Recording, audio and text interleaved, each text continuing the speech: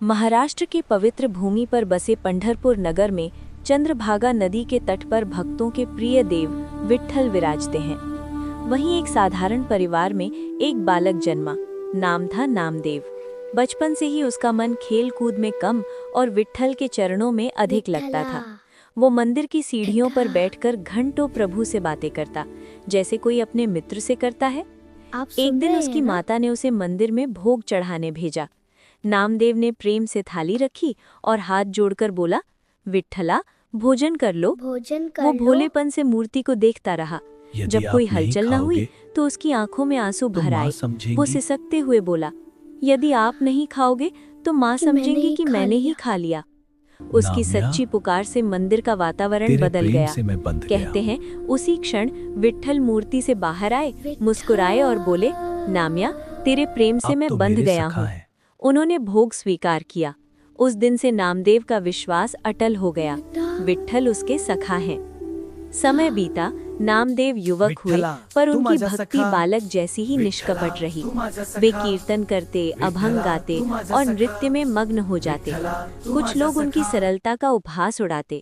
एक बार कुछ पंडितों ने चुनौती दी, यदि तेरा विट्ठल सच्चा है तो उसे अपनी ओर घुमा कर दिखा। नामदेव ने आंखें बंद कर प्रार्थना की, प्रभु मेरी लाज रखो। तभी अद्भुत चमत्कार हुआ। विट्ठल की मूर्ति घूमकर उनकी ओर मुख कर खड़ी हो गई। उपस्थित लोग स्तब्ध रह गए। उपहास करने वाले श्रद्धा से झुक गए। एक अन्य प्रसंग में संतों ने नामदेव से कहा कि केवल प्रेम ही नहीं, ज्ञान भी आवश्यक है। वे अनेक तीर्थों की यात्रा पर निकले। मार्ग में उन्हें अपमान भी सहना पड़ा, क्योंकि वो जाति पाति की परवाह न करते थे और सबको समान मानते थे। पर हर कठिनाई में उन्हें अनुभव होता कि विट्ठल उनके साथ चल रहे हैं। एक बार थके मांदे वे एक सूने स्थान पर बैठे थे। उन्होंने कहा, प्रभु आप सचमुच मेरे साथ हैं ना? तभी उन्हें अंतर में वही मधुर स्वर सुनाई दिया, नाम्या जहाँ प्रेम है वहाँ मैं हूँ। धीरे धीरे नामदेव को समझ आया कि विट्ठल केवल पंढरपुर के मंदिर में सीमित नहीं है, वे हर प्राणी में, हर हृदय में बसे हैं। उन्होंने लोगों को सिखाया कि भक्ति का अर्थ है समानता, करुणा और प्रेम। उनके अभंग गांव-गांव गूंजने लगे। वे विट्ठल को कभी सखा, कभी माता पिता, तो कभी स्वामी कहकर पुकारते।